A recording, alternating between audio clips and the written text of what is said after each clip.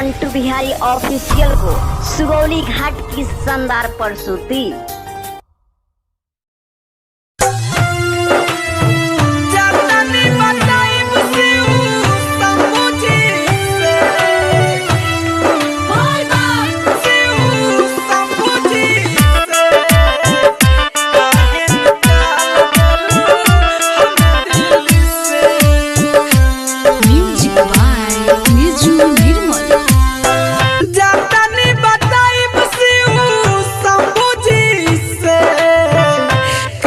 निकाल देलू हमें दिल से जातनी बताइब शंभू जी से काहे निकाल देलू हमें दिल से सपना में तोहरा के आके समझई है सुन के पुकार मोर दर्द दिल से जातनी बताइब शंभू जी से काहे निकाल देलू हमें दिल से जातनी बताइब शंभू जी से काहे निकाल देलू हमें दिल से।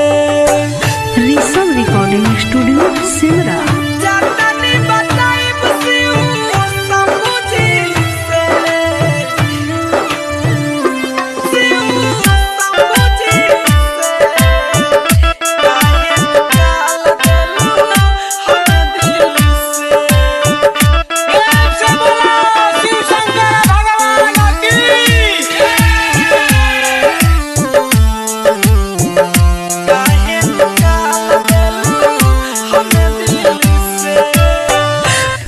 साल चढ़ाइले रालू के साथे जल अशोक के सावन में हमसे कई देलू छल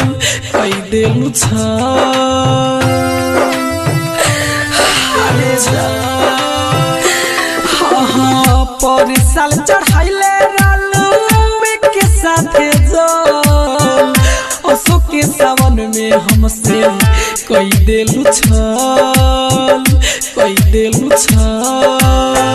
कैसे विश्वास केहू केहू करी रहिया चलल ना जाला तोरे सोच से जातनी बताइब शंभू जी से काहे निकाल देलू हमें दिल से।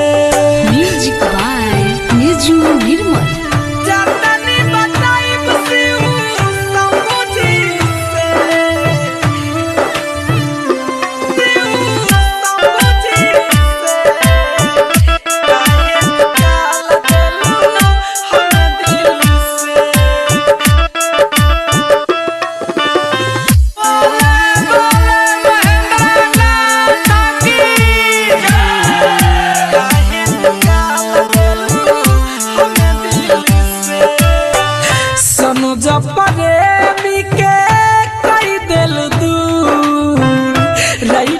उजायन के बनैलू मशहूर